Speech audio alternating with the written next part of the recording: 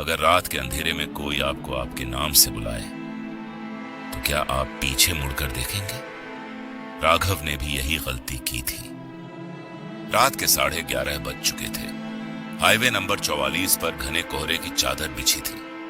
इस हाईवे के आखिरी छोर पर बना बूथ नंबर 7 बेहद बदनाम था, लेकिन राघव को अपनी बीमार बहन के इलाज के लिए पैसों की सख्त जरूरत थी। इसलिए उसने बिना सोचे समझे यहां नाइट शिफ्ट की नौकरी ज्वाइन कर ली।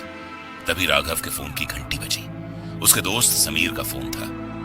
राघव ने धीमी और सहमी आवाज में कहा, हाँ समीर, मैं पहुंच गया हूं। भाई, ये जगह सच में बहुत अजीब है। दूर दूर तक सिर्फ जंगल और अंधेरा है। समीर, राघव, मैंने तुझे पहले ही कहा था उस पुराने टोल रोड पर मत जा। पिछले साल वहाँ कई गाड़ियां रहस्यमयी तरीके से गायब हुई हैं। वहाँ का सुपरवाइजर धीरज, वो आदमी भी ठीक नहीं है। राघव ने जवाब दिया, मजबूरी है भाई। वैसे भी धीरज सर अभी अभी मुझे केबिन की चाबी देकर गए हैं। उन्होंने जाते जाते मुझे एक पुरानी डायरी थमाई है। कह रहे थे इसमें इस बूथ के खास नियम लिखे हैं। राघव ने फोन को होल्ड पर रखा और टेबल पर रखी चमड़े की उस पुरानी डायरी को खोला। पन्नों पर लाल स्याही से कुछ नियम लिखे थे। पहला नियम, रात 12 बजे के बाद अगर कोई सफेद एम्बुलेंस आए तो चाहे वो कितना भी सायरन बजाए, उसका बैरियर मत खोलना। उस वक्त यहां कोई अस्पताल नहीं खुला होता। दूसरा नियम, अगर कोई ड्राइवर आपको पैसे देते समय आपकी तरफ न देखे और सीधे सामने देखता रहे तो उससे नजरें मत मिलाना। बस चुपचाप पर्ची काटना और उसे जाने देना। तीसरा नियम, रात 2 बजे से 3 बजे के बीच केबिन का पिछला शीशा हमेशा बंद रखना। अगर पीछे के जंगल से कोई तुम्हारा नाम पुकारे तो मुड़कर मत देखना, वो धीरज नहीं होगा। राघव ने घबराते हुए फोन पर कहा, समीर, सुन रहा है? इसमें लिखा है कि अगर पीछे से कोई नाम पुकारे तो मुड़ना मत। ये क्या बकवास है? राघव, मैं कह रहा हूँ अभी वहां से भागा। वो जगह शापित है। तभी अचानक फोन का नेटवर्क कट गया और लाइन डेड हो गई। राघव ने झुंझलाकर कहा, हेलो समीर, धत तेरी की, नेटवर्क भी चला गया। ठीक 12:15 बजे कोहरे को चीरती हुई 2 हेडलाइट्स बूथ की तरफ बढ़ी। वो एक सफेद रंग की पुरानी एम्बुलेंस थी।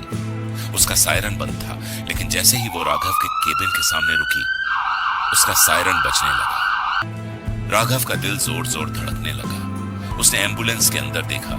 ड्राइवर की सीट पर कोई नहीं था। स्टीयरिंग व्हील अपने आप घूम रहा था।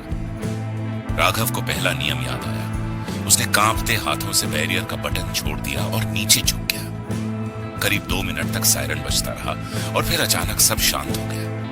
जब राघव ने ऊपर देखा तो बाहर कोई एम्बुलेंस नहीं थी, सिर्फ कोहरा था। राघव ने हांफते हुए खुद से कहा, ये क्या था? मुझे यहां से निकलना होगा। समय बीतता गया। रात के ठीक 2:30 बजे केबिन के अंदर की लाइट अचानक टिमटिमाकर बंद हो गई। चारों तरफ घना अंधेरा छा गया। तभी केबिन के ठीक पीछे वाले घने जंगल से एक जानी पहचानी आवाज गूंजी। धीरज सर जैसी आवाज है। राघव ने राहत की सांस लेते हुए सोचा। डर के मारे राघव तीसरा नियम भूल गया। वह अपनी कुर्सी से उठा और जैसे ही उसने पीछे के शीशे से जंगल की तरफ झांका, उसका खून जम गया। वहां कोई धीरज सर नहीं थे। कोहरे के बीच एक बेहद लंबी काली परछाई खड़ी थी, जिसकी कोई आंखें नहीं थी, बस चेहरा बिल्कुल सपाट और सफेद था।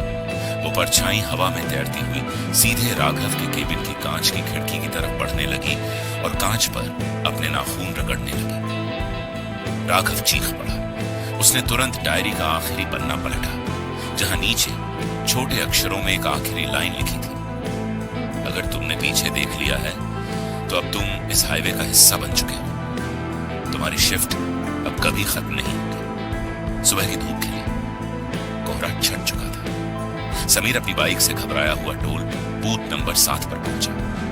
वहां पुलिस की गाड़ियां खड़ी थी। समीर भागता हुआ केबिन के पास गया, जहां सुपरवाइजर धीरज पुलिस को बयान दे रहे थे। समीर ने रोते, सर, मेरा दोस्त राघव कहाँ है? रात को उससे बात हो रही थी। धीरज ने ठंडी सांस लेते हुए कहा।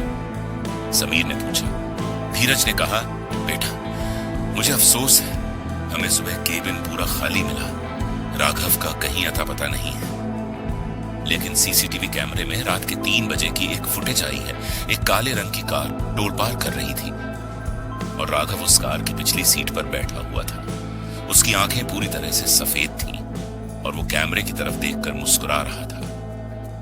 तभी समीर की जेब में फोन बज उठा। स्क्रीन पर कोई नंबर नहीं था, सिर्फ लिखा था अननोन नंबर। जैसे ही उसने कांपते हाथों से फोन उठाया, दूसरी तरफ से एक धीमी फुसफुसाहट सुनाई दी। समीर भाई, अगली शिफ्ट में तुम आओगे ना?